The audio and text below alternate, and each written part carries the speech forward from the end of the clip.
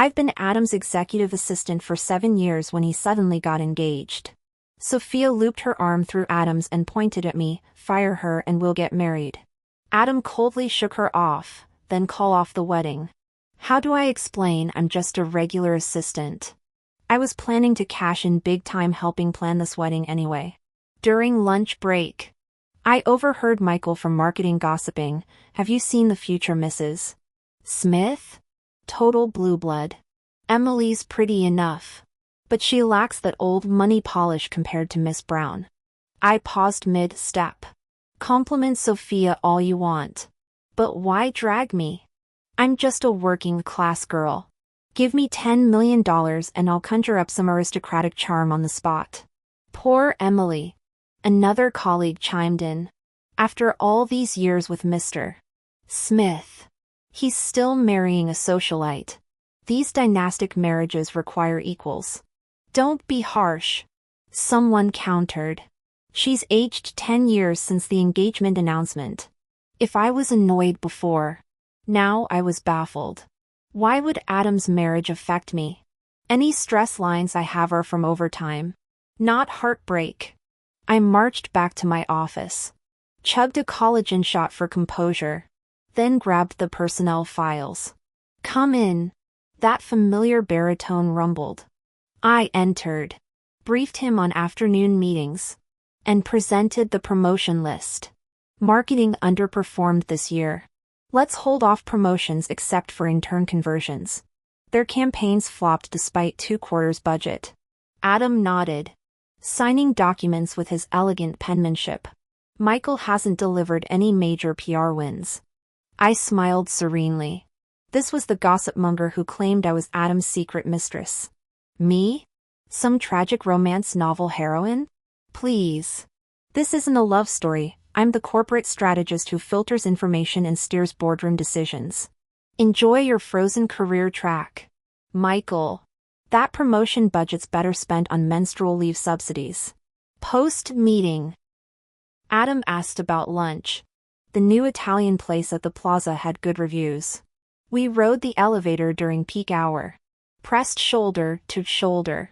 His silver cologne, the one I selected, wafted between us. Too intimate. At the 5th floor, boisterous programmers crammed in. Someone shoved me forward. Warm hands cradled my head as Adam's chest broke my fall. "Weight limit." His voice vibrated above me. The crowd retreated sheepishly. I scrambled back, smoothing my hair under dozens of curious stares. The elevator descended in prickly silence. The elevator doors closed with cruel timing, trapping Michael inside. His gaze lingered suggestively between us. "Adam. Emily. Lunch date?" Adam replied noncommittally. The confined space thickened with poorly concealed smirks. "Wait. This isn't," I began. But the ding of arrival cut me off. Our history traced back to Stanford. I'd called him senior during group projects, clung to his coattails for academic glory and later, corporate advancement. The plan remained unchanged: ride Adam's coattails to IPO riches. Our relationship reeked of transactional pragmatism, not romance novels. The bistro's violin music couldn't mask the stares Adam attracted. His Tom Ford bespoke suit and chiseled jawline turned heads at neighboring tables. To his credit, he lacked the insufferable quirks of fictional CEOs, no caviar demands or champagne tantrums. The man ate cafeteria sandwiches without complaint. Thursday specials include our couple's set with complimentary dessert. The waiter announced, plucking the menu from my fingers to place a crimson rose between us. Cold realization struck. "Adam, you're engaged." He glanced up from the wine list. "The lobster thermidor alone costs as much as the special." I'm frugal, not suicidal. Heat flooded my cheeks. He'd caught my shellfish scheme red-handed. Post-meal coffee plans evaporated when designer perfume assaulted my senses. Sophia materialized like an avenging Prada angel. "What's this gutter rat doing here?" Her manicured finger jabbed at our empty plates. "Market research," I blurted, channeling 7 years of corporate doublespeak. Adam wanted to vet this venue before inviting you. Her glare shifted to the damning rose. Then why the lover's special? Why else? I gestured at the tasting portions littering the table. Quality assurance for your future dates. The logic gave her pause. You've got until Monday to transfer departments. She hissed finally. Catch you breathing near my fiancé again, and I'll have security escort you out with the recycling. I shivered. My career survival instincts overrode hunger pangs. I'd sooner skip meals than lose my golden ticket to stock options. The Smith-Brown merger might fund my early retirement, provided I survived the crossfire. After being reprimanded by Sophia, I felt a career crisis looming. As a female executive assistant, maintaining appropriate boundaries with my male boss is crucial. I've always prided myself on keeping professional distance in all these years working for Adam. I've never entertained any inappropriate thoughts. I've never even touched his hand. If accidental contact occurred, I'd immediately stand at attention and apologize. Yet Sophia insists I'm overstepping, forcing me to make adjustments.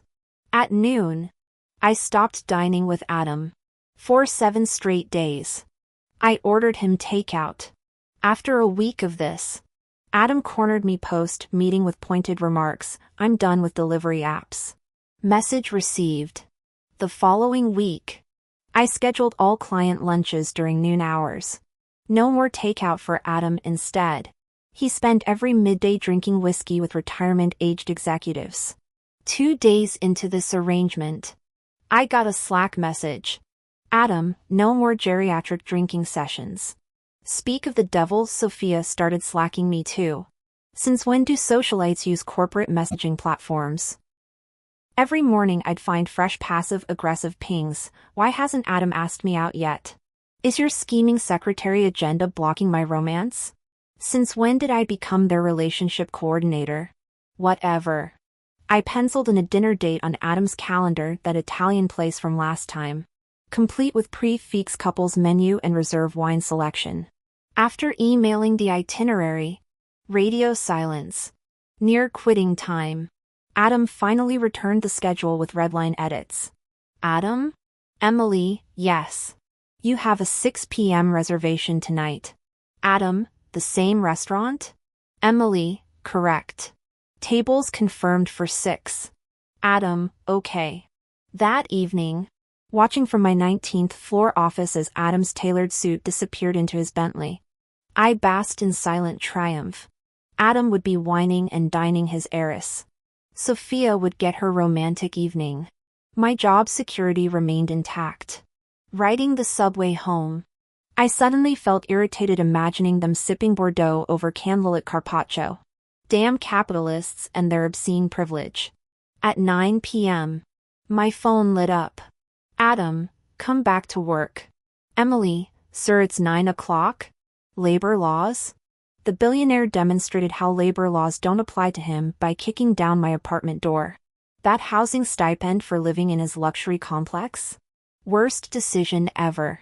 Adam marched past me like he owned the place, collapsing dramatically on my couch. Emergency review of your recent scheduling disasters. I booted up my laptop with resigned familiarity. His famous amber eyes blazed with particular fury about meal arrangements. How may I improve? Sir? His left eyelid twitched dangerously. You tell me. The vein pulsing in his movie star jawline confirmed it. The boss was livid. I closed my laptop and knelt gently. If you're referring to tonight's dinner arrangement, it's because Sophia has been pestering me on Slack these past few days. Why would Sophia have your work account? Adam's first reaction mirrored everyone else's. That's exactly what I want to know. Adam took a deep breath to control his anger. She's not the company owner. If you keep mixing personal matters into work again, consider yourself dismissed. The words struck me like lightning. I'd worked 7 years at this company, starting as a clueless assistant secretary, clawing my way up while supporting him through corporate coups and boardroom battles. Even without grand achievements, I deserved basic respect. Yet he'd fire me over his fiancée's tantrums?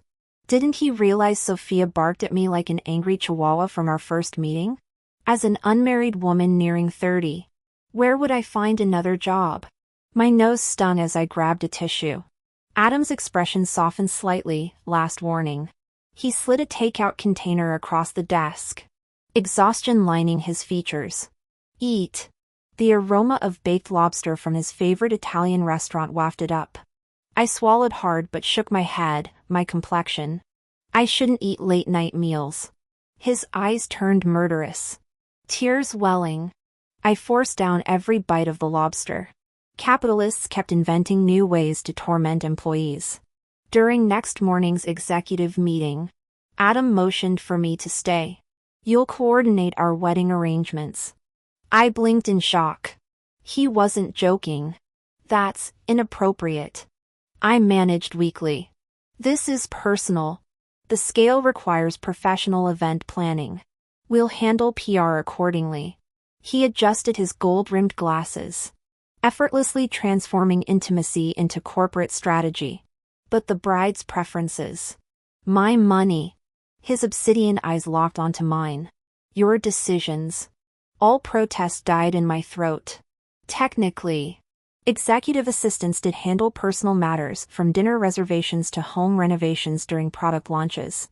But planning my boss wedding? While rumors already painted me as his 7-year secret mistress? Now I'd become the self-sacrificing other woman organizing his society wedding. Adam. You absolute demon. Grinding my teeth. I opened a new document, timeline and budget parameters. Your discretion. 30 million budget. My fingers froze mid-keystroke. Excuse me?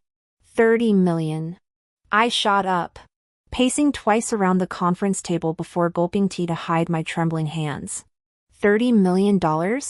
Smoothing my skirt, I resumed professional composure. Understood. 30 million. I'll take full responsibility.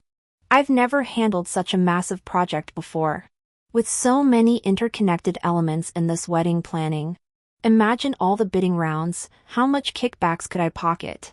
Emily, your golden days are ahead. Let's finalize this ASAP. The sooner the better. My fingers flew across the keyboard drafting the proposal. Mr. Smith. I guarantee you the grandest wedding. Adam literally threw me out of his office. Growling, get lost. As parting words. Doesn't matter. He's now the closest family I have in this world. My biological father. So what if he's marrying Sophia? I, Emily Johnson, hereby welcome this new mom.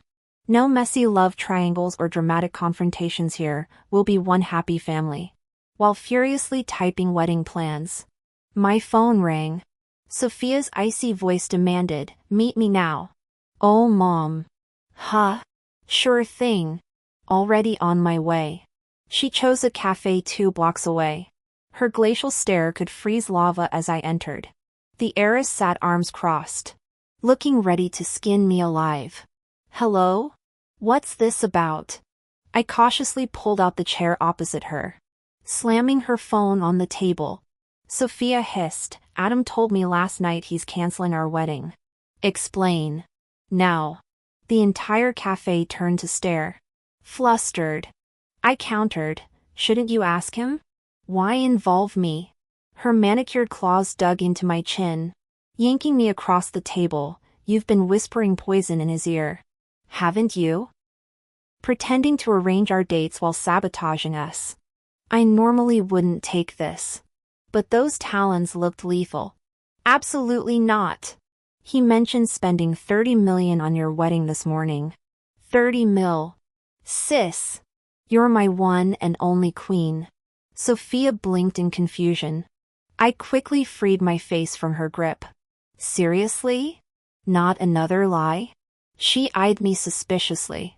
See for yourself. I showed my wedding proposal draft. Everything's moving forward.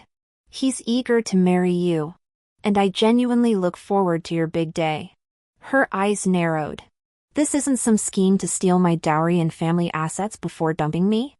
Lay off the romance novels. I advised. With a scoff. Sophia appraised me like livestock. Fine. Then accompany me shopping for wedding supplies. She stood, her bodycon dress accentuating every curve, Birkin bag dangling as she waited imperiously. Classic ambush setup. Hermes staff immediately ushered Sophia to the VIP lounge. She snapped her fingers, "I need wedding jewelry." An associate scurried to present the catalog. "Have a seat, Miss Johnson." Sophia removed her sunglasses, patting the cushion beside her with venomous sweetness. I sat down nervously, feeling the trap closing in. Entering Hermes as a 1688 girl does take guts. Sophia spread the catalog on my lap, flipping through pages with commentary. "Which one do you think looks better, Emily?" she asked. I offered genuine praise. "They're all lovely." "Look closer," Sophia sneered. "After all, it's not like you could ever afford these. Emily, you probably haven't even seen real luxury pieces before." That stung. "I can Google them," I retorted. Sophia choked on her own venom. Google does show everything, including Hermes' official website. Kind-hearted wealthy influencers even share unboxings on Instagram and TikTok for us plebs. She shot me a venomous glare. "What?" I shrugged. "Welcome to the information age. We working-class folks have broad horizons these days. You know?" Our verbal sparring paused when the sales associate interjected, "This is our new limited edition set. The diamonds are exceptionally brilliant." We fell silent, our heads nearly touching as we gaped at the necklace stretching from collarbone to navel in the catalog. Our eyes mirrored the gem's sparkle. Price? $10,068,000 after discounts. The light died in my eyes. Not Sophia's. She tapped the page with her inch-long acrylic nails. "Do you have physical pieces? Only the matching bracelet is available." "Bring it." Sophia slid the $1 million bracelet onto her wrist, preening under the boutique lights before smirking at me. I lost. Utterly. Goddamn those sparkling diamonds. I felt parts of my soul crumbling. Their radiance exposed my powerlessness. Maybe my devastated expression amused Sophia, for she pointed at bedazzled stilettos with renewed malice. "Let me try those." The associate knelt with the shoes. Sophia lounged on the velvet sofa, crossing her legs. "No. I want her to do it."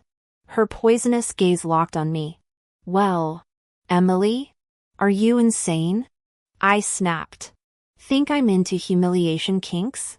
Cracking open my laptop, I pulled up budget spreadsheets. "Put those back. We're cutting footwear costs." Sophia gaped. "Excuse me? You blew $10 million on the necklace." "My budget's shot. We'll skip the shoes, your gown will cover them anyway." "What nonsense are you spouting? $3 million isn't just your dress fund. We've got venue, floral, catering, guest transportation, accommodations, and PR crises to budget for. No approval for frivolous footwear." Sophia shot up. "Since when do I need permission for wedding shoes?" I spread my hands. "Since I became wedding coordinator." She actually raised her Birkin to hurl at me. "All funds flow through me," I roared. "Smash that and your necklace disappears." The bag hovered mid-swing. Rage, humiliation, and reluctant calculation warred on her face. I grinned. "Beg me. You'll pay for this," she shrieked, storming out with promises to tattle to Adam. Sipping the associate's complimentary tea, I tried on the discarded stilettos. Pretty indeed. Maybe I'll skim enough from this wedding circus to buy my own pair. My phone rang as I exited. Adam's name flashed. That bastard made me endure this madness. Merely hearing his voice ignited my fury. "Where are you?" Cold accusation dripped through the receiver. "You skipped afternoon work without notice." It suddenly hit me that this bastard was my boss. I'd been out shopping for wedding attire. A champagne-colored Bentley soon appeared in traffic. sliding into the passenger seat. I studied his expression, completely neutral. Clearly Sophia didn't perform her dramatic theatrics in front of him like she did with me. Adam's gaze lingered. "What did you get?" "Jewelry." He raised an eyebrow. "What kind?" "A Hermes diamond set. 10.68 million. 10, Adam's composure cracked. But tycoons being tycoons. He swallowed his protests and leaned against the window frame. "If you like it, keep it." I picked at the lint balls on my trench coat. The wealthy operated on different rules. "Dinner? Not hungry. Why eat when I'm stuffed with rage?" "That too, timing witch." He chuckled. "Sulking after spending 10 million in an afternoon? It wasn't for me. Your precious wife wanted me to kneel and lace her shoes." My glare could have melted steel. Adam turned to face the road. "Entrepreneurs Gala this weekend. Guest lists in your inbox. Check what networking favors we need and inventory the gifts at my place later." I slumped deeper into the leather seat. Sophia gets diamond necklaces. I get overtime. The world's fairness evaporated. From Adam's Bentley to his sectional couch. I watched him fuss over beef bourguignon in the kitchen. 2 bowls later. I rationalized, enduring his wife counted as workplace hazard pay. Refortified. I trudged to the basement storage. 7 years as his executive assistant taught me business runs on unspoken rules, the endless dance of reciprocal gifting. Every present received required evaluation. Permissible? If yes. Cataloged by value. Future gifts demanded precise calibration, recipient status. Favors requested. Rooting through drawers in fuzzy slippers. I sensed Adam leaning against the doorframe. 2 frosted jars glinted in the light. "Who sent you these?" Finding La Mer creams in a bachelor's storage room shattered my professionalism. "Forgot." He cleared his throat. "Take them. You've looked corpse pale lately." The insult barely registered, only take them held decency. "Seriously, Adam? Why does everyone send you cosmetics?" I held up foundation and lipsticks from previous hauls. "This isn't normal." His expression darkened instantly. "What do you think?" Pondering. I ventured, "Secret cross-dressing fan club?" Adam's jaw dropped before hardening. "Emily. I'll murder you someday. Promises. Promises." I grabbed the creams. Death would be kinder than this existence. What a godforsaken day. Just as Adam and I were huddled in the storage room discussing gift ideas. The doorbell rang. Sophia's saccharine voice floated through the intercom. "Adam. I brought you fresh baked cupcakes." Her honeyed tone immediately gave me goosebumps. Who knew Sophia had such a talent for Jekyll and Hyde acts? I gestured frantically between the upstairs and our hiding spot. Whispering, "Go deal with that. I'll stay put." Since when did we start playing hide and seek? Adam's dark eyes gleamed with amusement. His baritone dropping to that midnight radio host timbre that made my palms sweat. I clamped my hand over his mouth. "If she sees me here, I'm toast." You know how rumors spread. Rumors about what exactly? His lips moved against my palm, sending tingles up my arm. I jerked back like I'd been burned. "You know, the whole thing." I swallowed hard, suddenly aware of how his tailored shirt stretched across his shoulders. "Enlighten me." The corner of his mouth twitched. "Weren't we just selecting anniversary gifts?" Unless, he leaned closer. Whiskey smooth voice dropping another octave. "You're nursing some improper thoughts about your boss?" I practically tackled him in my haste to muffle that dangerous mouth. "For God's sake. Your fiancé's upstairs with dessert. Shouldn't you be playing happy couple?" Adam snorted, peeling my fingers away. "Keep telling yourself that's why you're blushing." He strode toward the staircase, tossing over his shoulder, "Stay put if you value your sanity." Sanity left the building when Sophia's stilettos began clacking downstairs. The minimalist basement offered zero cover, just our sprawling tea ceremony setup under vaulted ceilings. There you are. You scheming bitch. Sophia's shriek could have shattered crystal. Adam. Explain why this homewrecker's in your house at midnight. I grabbed the nearest camouflage 2 jars of La Mer cream from our gift stash. Just, delivering skincare samples? Bullshit. Her manicured finger jabbed at my face. Since when do personal assistants make house calls in pajamas? Relax. It's from my boyfriend. The lie slipped out automatically. Adam chose that moment to reappear, his icy composure cracking. Boyfriend? The resulting screech could have boiled water. You're dating my fiancé? Chaos erupted like a popcorn machine exploding. Sophia lunged at me, acrylic nails gleaming. Adam intercepted her mid-swing, his voice dropping to Arctic temperatures. You will not speak to Emily that way in her own home. Her home? The renovation plans you're standing in? Emily designed every inch. His arm barred Sophia from advancing. Meanwhile, you're trespassing. Again. Sophia's face contorted. Trespassing? I'm your future wife. Adam's laugh held zero warmth. Keep telling yourself that. Sophia. The exit's behind you. As Sophia's incoherent ranting escalated, I edged toward the staircase with my stolen creams. Some battles weren't worth fighting twice before midnight. Let the crazy rich Asians sort out their own drama. Sophia stared in disbelief. You're choosing some random floozy over me? Adam's temple throbbed. Yet he forced a smirk. That mouth of yours still can't address people properly. Can it? Fine. He rolled up his sleeves and opened the wall cabinet. Recognizing his murderous intent, I quickly backpedaled. Maybe you two should sort this out, I've got things to do, but the weapon he grabbed next froze me in place, a riding crop. Sophia. Adam adjusted his glasses with terrifying calm. I've always treated you like a little sister. But I've loved you since childhood. Since when do children interrupt their elders?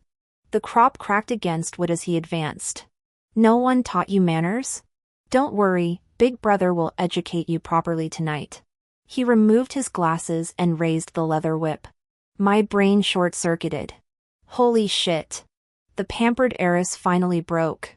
Shrieking as she dove behind me, save me. I shielded her trembling form. Mr. Smith. This is domestic abuse. Sophia. Get out here. Adam's voice dropped to lethal softness. I'll whip that filthy tongue of yours raw. Emily. Look. He's attacking me. Sophia clung to me like a howling banshee. Adam coldly loosened his tie. See? You can use proper titles when motivated. Let's settle all accounts tonight, end this farce. The two began circling me like sharks. What could I do? It's midnight. You can't discipline adults like children. Easy now. Domestic violence is illegal. Sophia's mascara streaked down her cheeks. Abuse always escalates. Adam barked laughter. Exactly. So do us both a favor, call off the engagement. Never. Sophia's defiance lasted precisely 3 seconds before bolting. The enraged tycoon gave chase as I rugby tackled him from behind. Don't break your future bride. Adam stiffened, then gradually stilled in my arms. Leave the cake. He growled as Sophia reached the foyer. Sobbing theatrically, she slammed the dessert on the console. You'll pay for this. Adam! The door shook on its hinges from her exit. Silence engulfed the mansion. After what felt like an eternity, I exhaled. Crisis averted, though I'd fully expected another catfight. Never imagined Adam would go full berserker mode. The man now resting against me had morphed from raging storm to calm sea. His hand gently tousling my hair. Don't listen to her poison. His obsidian eyes softened. No one insults you in my presence. Oh. That persistent ache from Sophia's earlier vitriol vanished. Watching Adam defend me left no room for self-pity, just absurd amusement. Our gazes locked. Twin smiles blooming. His thumb brushed my cheekbone. Satisfied? Adam turned and leaned against the bar counter. pulling me into his arms with my hands still in his grasp. Am I that huggable? Can't let go? I immediately released him and stood straight, shaking my head vigorously. Sorry. Won't happen again. Adam raised an eyebrow in confusion. Known you almost a decade. Who'd guess you'd throw punches? My forced smile looked more like a grimace. He stated calmly, I don't hit my wife, grabbing Sophia's cake and shoving it into my mouth.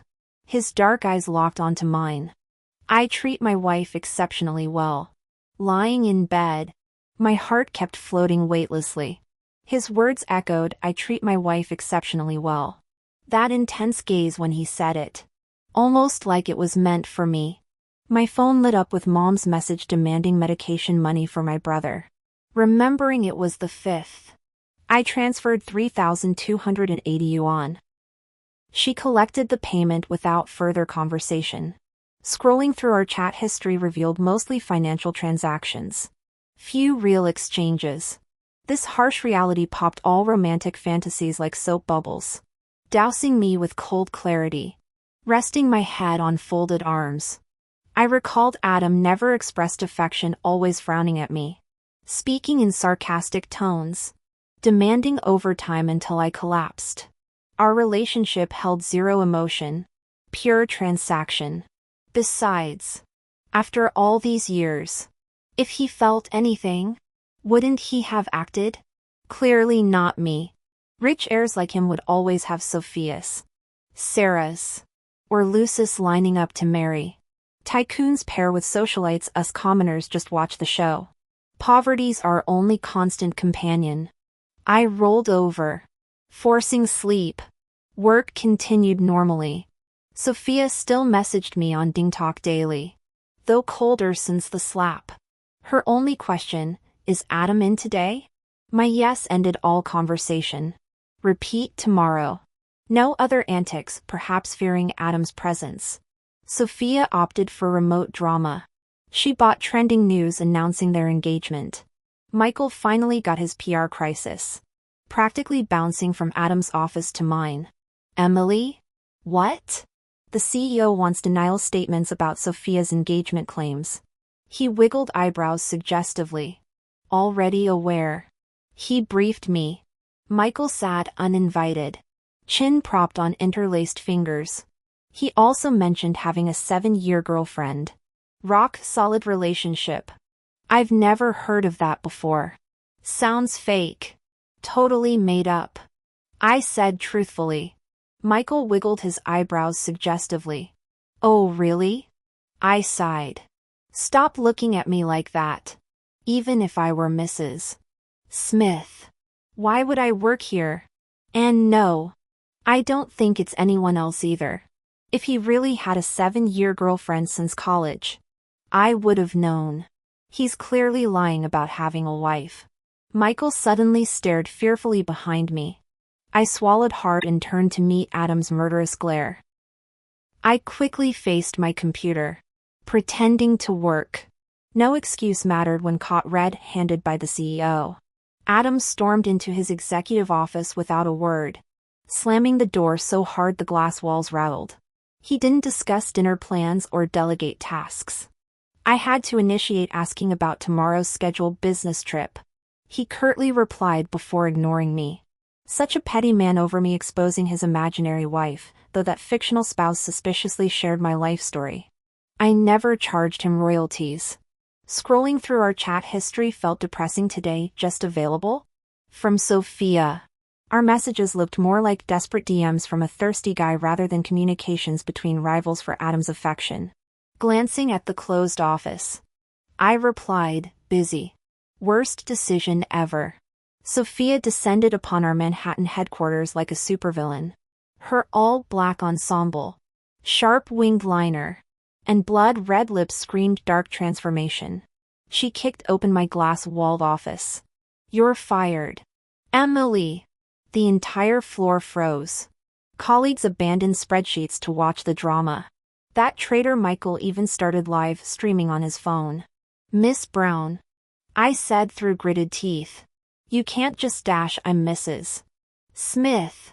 She yanked me into the hallway. Adam doesn't need you anymore. Termination requires 2 months' notice and severance under employment law. She threw a black card at my feet. 10 million. Leave now. My traitorous heart skipped a beat. At my current salary plus benefits, 10 million barely covered 20 years.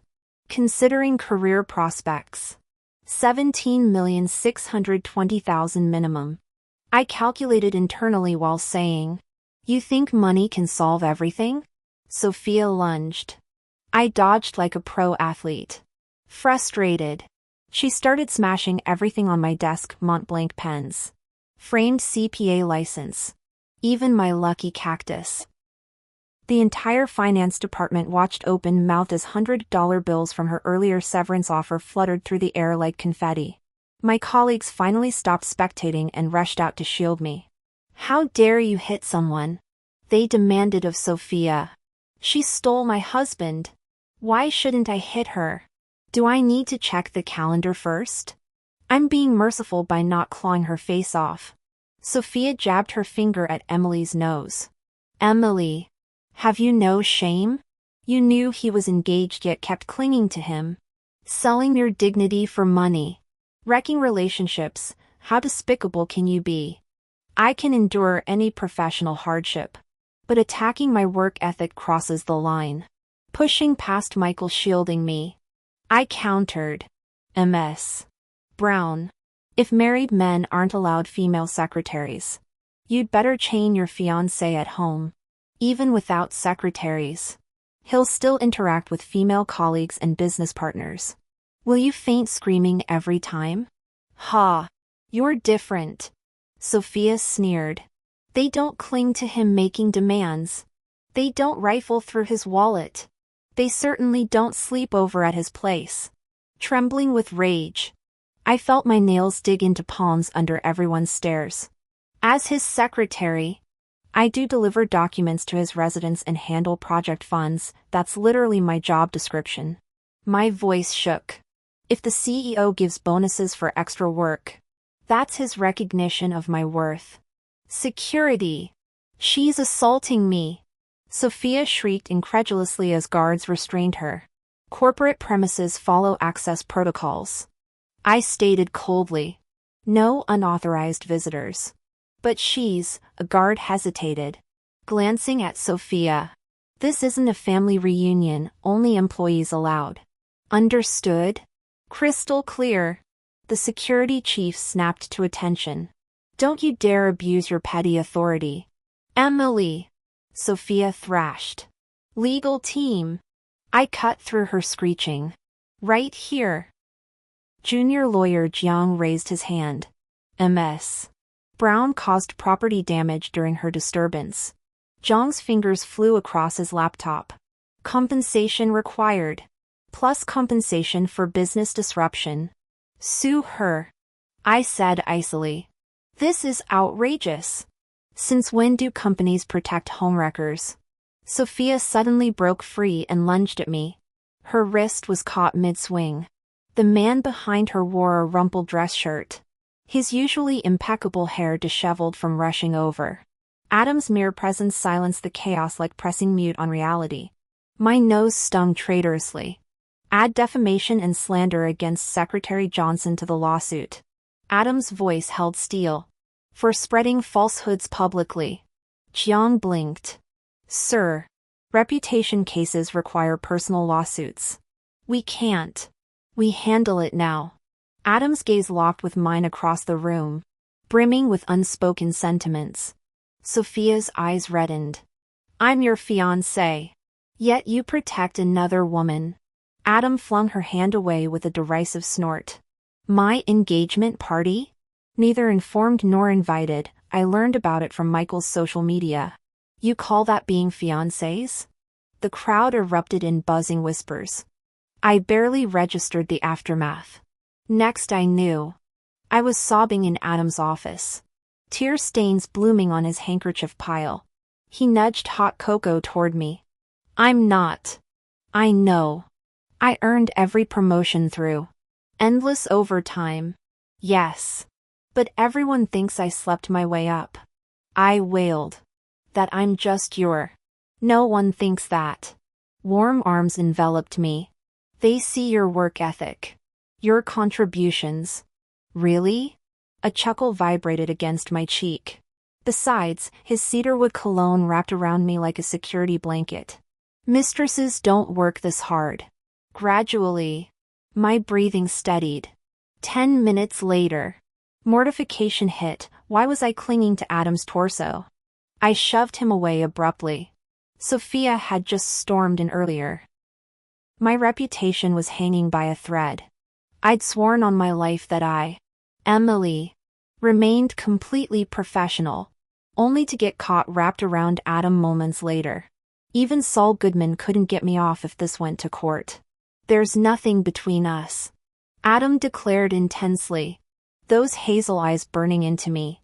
Same here. Shouldn't we maintain some boundaries? I turned toward the door, fingertips grazing the handle. I won't get dragged into your personal. His palm slammed against the door above my shoulder with a resounding thud. I'm sorry. His breath warmed my neck, sending involuntary shivers down my spine. Has she harassed you before? I'll make sure it stops. Getting harassed comes with the secretary territory. I snapped petulantly. The company's cash flow hit turbulence. Her family, they arranged this engagement without my consent. His voice cracked. I never showed up. I whirled around. Adam's eyes were rimmed red, dark blonde strands falling across his forehead in uncharacteristic disarray. The usually imposing CEO looked breakable. So you're telling me the mighty Adam got strong-armed into marriage? A barely perceptible nod. You never asked. The accusation stung. Back at my desk, I opened Michael's social media. The engagement announcement I'd glimpsed months ago still dominated his feed, lavish decorations. Champagne towers. My thumb had flown past it then like scrolling over hot coals. None of my business. Never was. Now I scrolled calmly through the sea of congratulations. Comments. Pausing at the fiery reply thread, Adam, why'd you attend? I didn't. Michael, wait, really? Adam, fighting arranged marriages here. The comment chain had morphed into solidarity posts against forced engagements. I muffled a laugh against my palm. Of course everyone knew. Except me. Somehow, I'd become expert at dodging any mention of Adam's personal life. We spent days inches apart, yet oceans separated us. The young billionaire CEO would inevitably belong to someone, just not me. No use caring. Except, Adam had never actually given me reason to doubt. My cheeks flushed as I scratched my neck. What self-respecting professional stalks their boss socials anyway?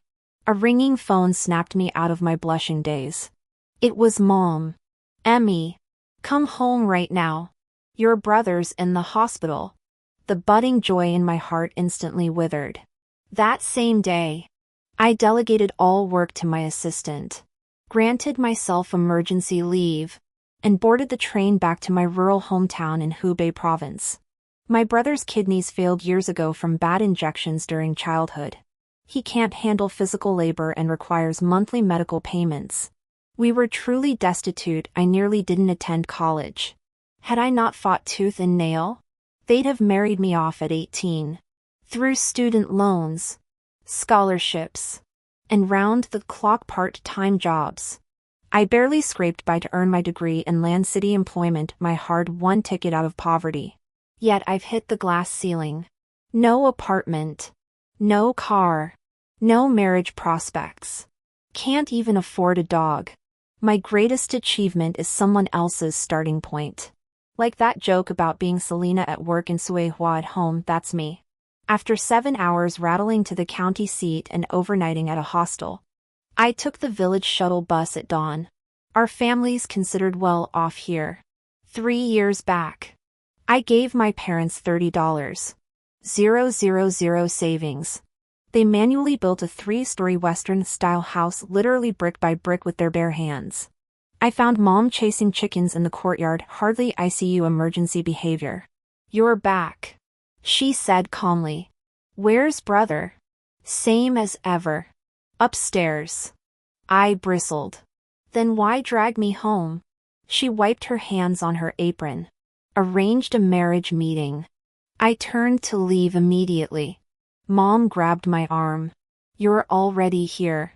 Through gritted teeth, I wrote all night. You're nearly 30. She said bluntly. Can't stay single forever. This city returned bachelor is perfect, handsome. Healthy. You'll like him. Yeah, right, my daughter's too accomplished for village riffraff.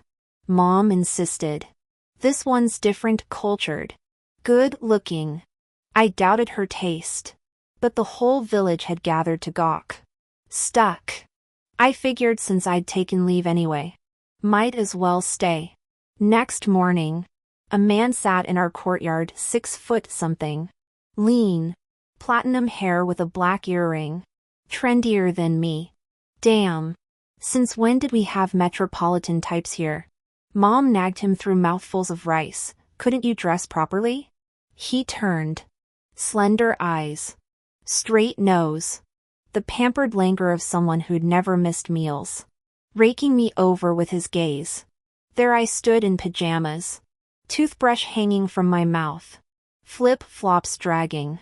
I thought I'd stopped caring about village opinions. Turns out Mom actually found a looker. After exchanging names, the Adonis invited me for a farmland stroll. As we left, Mom hissed, demand $30. 000 bride price minimum. I shook her off coldly. Just wait till I reject him properly outside. He graduated from a top-tier university. Worked in tech until near burnout. Then came here to start an agricultural venture. He leased vast fields for a farm. With his looks and aesthetic rural videos. Locals call him the male version of Liziki. He reached out to shake my hand. I'm Lee Moore.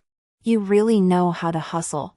Sophia showed me around her farmland, asking if I'd consider coming back to work with her. The village was full of elders and kids. She'd heard about my excellent resume and wanted to recruit a local like me for her startup. My mother immediately jumped to conclusions about dowry negotiations.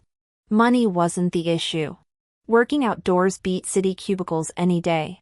Sophia was a top streamer rolling in cash. These days only internet content creation thrived. Staring at the emerald fields. Adam Smith's face flashed through my mind. Stern Adam. Charming Adam. Sarcastic Adam. And tender-eyed Adam watching me with undivided attention. Country life had fresh air and birdsong. The city meant overpriced lattes. Crushing mortgages. And subway crowds. But he was there. My job's decent. I muttered, scuffing the clay soil with my boot.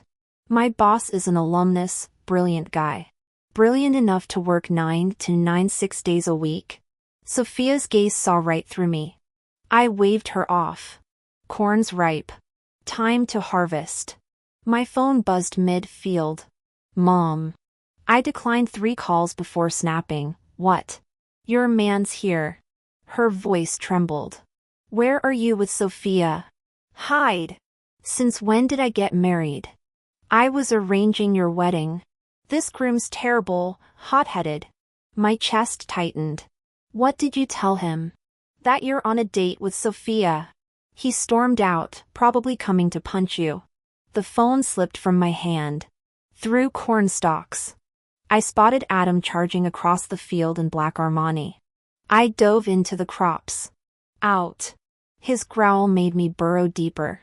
You're holding a machete. Peeking through leaves. I met his glacial stare. Scared? Adam sneered. Dating some streamer? Quitting? No, I won't approve it. He yanked me into sunlight. His grip burned. I twisted uselessly. Stop struggling. The midday glare stung my eyes as he hauled me closer. Emily. His throat worked. You know how I feel. You're an excellent boss. My voice cracked. His jaw flexed. Keep telling yourself that. The harvest breeze carried his bergamot cologne as callous thumbs brushed my tears. Cornstalks whispered secrets we'd never voice. I'm not your boss. His eyes reddened. 7 years. 2,847 days. 3 meals a day. For seasons, you can't call me that. 2,847 days. Has it really been that long? He cupped my face, gently wiping away my tears. All these years. Can you honestly say you haven't thought of me for even a single second? I opened my mouth. Long-buried memories suddenly surged to life. In the library, I sat beside him gathering research materials. The sound of sleeves brushing against paper. At celebration dinners, he'd mix dipping sauces and place them before me. My first day at the new company. He stood in his suit, sunlight from the blinds catching his brow. Those were simpler times. We were both so young. He was the golden boy from a wealthy family. I had nothing but student loans. How could I not? My voice trembled. It's just, Adam. I didn't dare. You're wonderful. I sobbed uncontrollably. I'm not worthy. Adam, even his name glittered. Born with a silver spoon. Excelling at everything. That year when he delivered his English presentation with fluency I couldn't comprehend. I'd clawed my way to his city, only to find his world existed in galaxies I'd never glimpsed. The year Adam took over corporate negotiations at global summits. I fretted over rent, my brother's medical bills, whether my fast fashion outfits were presentable enough for his events. Love became luxury. Him, an unaffordable daydream. 7 years ago you thought this. And still now? His jaw tightened. I've carried us through 99 steps alone. 7 bloody years. My turn to ask, will you take one step? Just one. Emily. You've never lacked courage. Why withhold it from me? The wind swept across open fields, swallowing all sound. My mind went blank. To hell with reason. My brilliant, infuriating Adam was crying. 2 shadows merged into one as I crashed into his embrace. Adam later insisted on helping harvest corn to prove we were equals.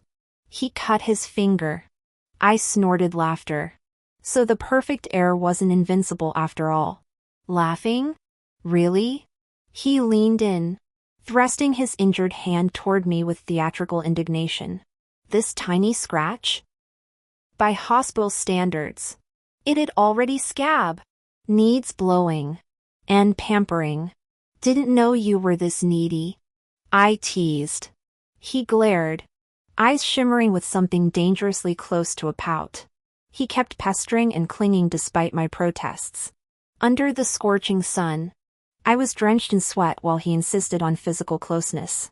Suddenly, those carefully maintained boundaries I'd obsessed over dissolved into nothingness between us. How did you find me? I asked, holding Adam's hand along the country road. You disappeared from work in Slack. I thought you'd rage quit. His aristocratic features clouded with concern, accusing me of appearing casual while actually being stubbornly prideful. Otherwise you wouldn't have kept pushing me away all these years. When Sophia slandered my reputation, he feared I'd vanish permanently. Not exactly, I kicked at gravel. I needed space. But I'd never abandon everything. Especially not with you there. His piercing phoenix eyes narrowed. I'd taken an 18-hour train ride only to walk into his ambush. Blind dates nowadays are just formalities anyway. I deflected. My mom tricked me into coming. Neither party was serious about it. Were you? Adam's grip tightened. No. Our interlaced fingers pressed together, my thumb brushing his new platinum band. After seeing you, there's never been anyone else. I admitted my cowardice, how I'd have carried this quiet longing to the grave if he hadn't charged through my defenses. Time had blurred the edges until his radiance shattered the daydream. Enough about me. I redirected. What nonsense did you tell my mother? She looked terrified. Nothing. Adam stubbornly turned his profile toward the sunset, the fading light gilding his cheekbones. I just called her mom when I arrived. We left that evening. My mother preferred Liziba, distrusting Adam's temperament until learning he was my CEO. Then came her demand, buy my son a condo in the county seat before wedding my daughter. Trembling with humiliation, I barely registered Adam steering the conversation. That's not my decision, he declared from our threadbare sofa. All boardroom authority. Emily handles our finances. Negotiate with her. My mother's odd suspicion lingered as we departed. Breathing deeply of diesel-tinged air, I acknowledged the truth: this place I loved could never be home. Like most, I had relatives but no real family. I'd sprouted like weeds in cracked pavement, surviving through indifference. Until my gaze dropped to our joined hands, his warmth seeping into skin and bone. It's all right. Adam squeezed my fingers, diamond glinting beside his wedding band. I'm your family now. Confident much? 7 years. Emily. Time's up for rejections. He slapped the Porsche steering wheel. Drove this through 3 provinces to prove it. I showed him mother's latest text: they don't recognize Porsches. Are you sure he's not some scammer? Post-vacation, I let chaos engulf the office for 7 glorious days. When desperate Slack pleas flooded in, I strolled back wearing new Prada heels. Let this prove Emily's promotions came from merit, not nepotism. When people talk about the secretarial profession, they often attach some unsavory connotations and look down on it. But in reality, I make 50% of the company's decisions. The same goes for other senior executives' female assistants. Whenever leadership is too busy or wants to slack off, secretaries and assistants become the de facto decision makers. After 7 years handling corporate affairs in this office, even if I were a pig, I'd still be someone of importance.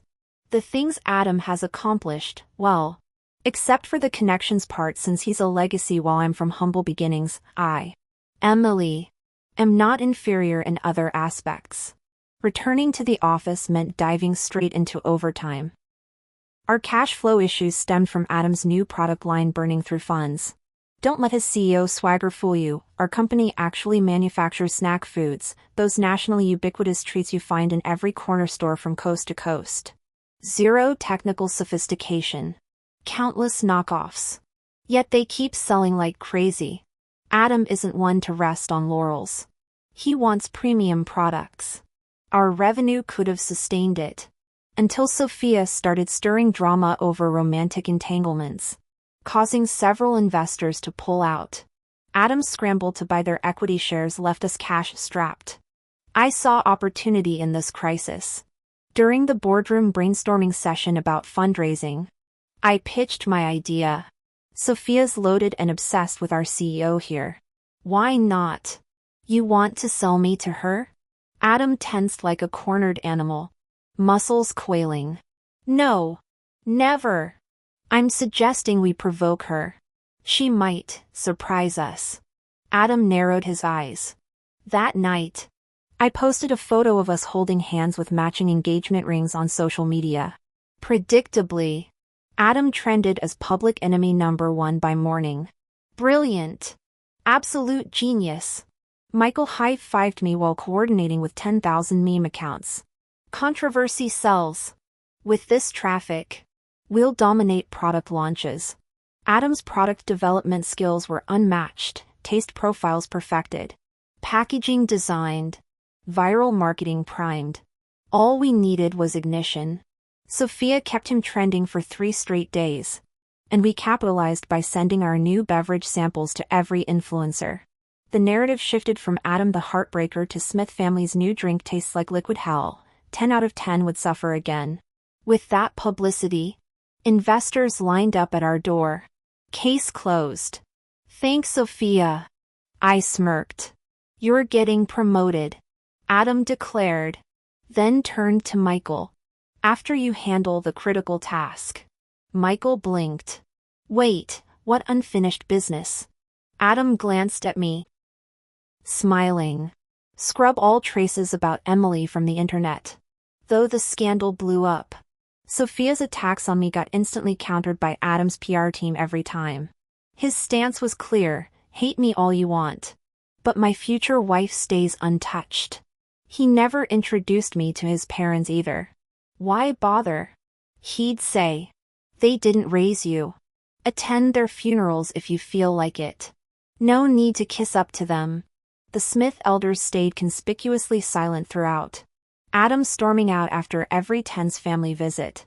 They won't accept you anytime soon. Confident I'll marry you? I teased. We haven't even dated. Skip the dating. 7 years working together, I'm almost 30. He nuzzled my palm against his cheek. That same vulnerable boy from our college days shining through. Oh. Where are we with wedding plans? Finished the design bids last week. Emily. You won't be needed on this project anymore. Adam's voice carried finality. Our wedding requires $3 million. Not a penny less. I know you'd try to haggle it down to 2 otherwise. You really think I'd do that? Emily's eyes widened. Besides, since when does the bride handle all the wedding arrangements? The corner of Adam's mouth twitched as he closed the distance between them. Let me handle the wedding, he murmured against her lips. And I'll let you handle me. The kiss tasted like promises and 19-year-old memories. Their story began during Adam's junior year when Emily crashed into his life via his roommate. Adam had seen countless beauties, but this wide-eyed girl with SPSS charts in her backpack made him scowl instinctively. He distrusted pretty climbers who weaponized their looks. I don't carry dead weight. But senior, I can do anything. Emily's eager interruption deepened his frown. Her gaze burned with disconcerting clarity, part desperation, part something he couldn't name. Before he could refuse, she'd embedded herself in his research group. The truth revealed itself through sun-scorched survey days and library all-nighters. Adam once found her slumped over English journals at dawn, ink-stained fingers clutching a dictionary. She's retaking her CET 6. His roommate hissed. You made her translate all these? Yet the reports arrived flawlessly formatted. When faculty tried replacing her with connections, Adam simply mentioned the Smith family's name on the department building. The matter died instantly. On their project's victory day, Emily pedaled toward campus chaos. The campus bell was confessing to Adam near the cafeteria, a scene he normally would have shut down immediately. But Emily had promised him lunch here. He waited, absurdly curious how she'd react. She arrived precisely at noon, braking her bike with sneaker squeals. Spotting the spectacle, Emily instantly merged with the cheering crowd. Kiss him already! Her voice rang clearest. Adam's patience snapped. He strode through the gawkers, grabbing Emily's handlebars. You're buying me lunch? Obviously. Her grin didn't falter as he towed her away from the blushing Belle. The real challenge came after graduation, when Emily's promotion to his executive assistant coincided with their first hungover kiss. For 3 years, Adam balanced spreadsheets and stolen moments in supply closets. Now, watching Emily calculate floral arrangement costs with bridal magazines splayed across his desk, he finally understood she'd been handling him all along. Just here? Emily grew wary. Where else? I'll pick the restaurant. This was Adam. Nobody dared invite him to eat at the cafeteria. Emily deflated instantly, murmuring oh before naturally suggesting, then come upstairs. Adam? That afternoon, Adam found himself perched on the back seat of a vintage bicycle, hands resting lightly on Emily's waist as they navigated campus.